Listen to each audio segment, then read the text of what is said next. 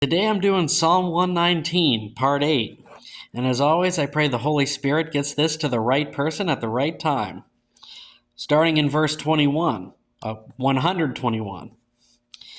I have done what is righteous and just. Do not leave me to my oppressors. Ensure your servant's well-being. Do not let the arrogant oppress me. My eyes fail, looking for your salvation, looking for your righteous promise. Deal with your servant according to your love. Teach me your decrees.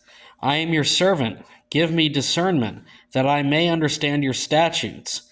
It is time for you to act, Lord. Your law is being broken. Because I love your commands, more than gold, more than pure gold, and because I consider all your precepts right, I hate every wrong path. If you consistently seek Christ, it's a process. If you consistently seek Christ, that little bit of extra time, that little bit of time you spend with him, even if it's a little at a time or a lot at a time, it's all going to add up. You really don't see the steps, those little steps you take, until you end up looking back. It's the same concept as lifting or any form of exercise.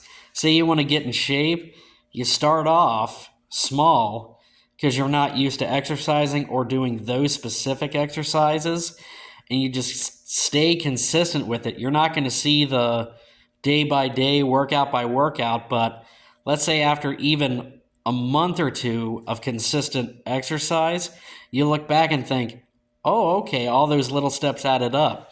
It's the same thing in your walk with Christ.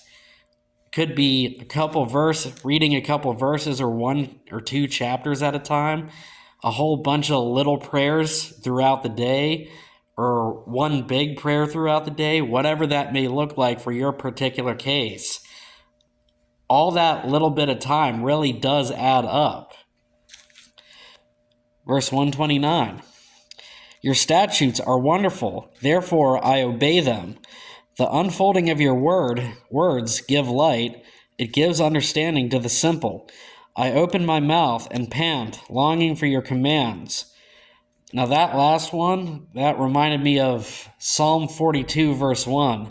As the deer pants for the streams of water, so my soul pants for you.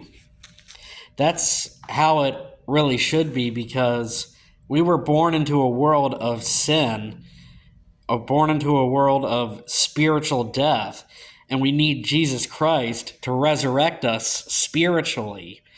And really, God is our first love, and we need to return to him, our first love. God is the one that allowed us to be created. Yeah, mom and dad have to come together, but God is the one that ordained it. If God decided you need to be alive, there's a reason for it, even if you don't see it in this very moment. There's always a reason for whatever God does or allows. Okay. 132. Turn to me and have mercy on me, as you always do to those who love your name. Direct my footsteps according to your word. Let no sin rule over me. Redeem me from my human oppression, that I may obey your precepts. May your face shine on your servant, and teach me your decrees. Streams of tears flow from my eyes, for your law is not obeyed. Now, that last one, verse 136, streams of tears flow from my eyes, for your law is not obeyed.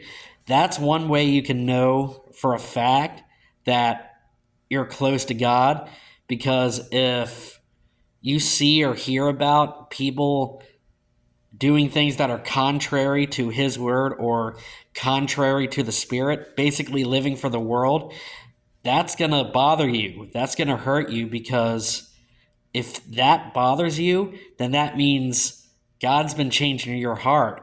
Your heart is lining up, or at least starting to line up, with how he wants your heart to be.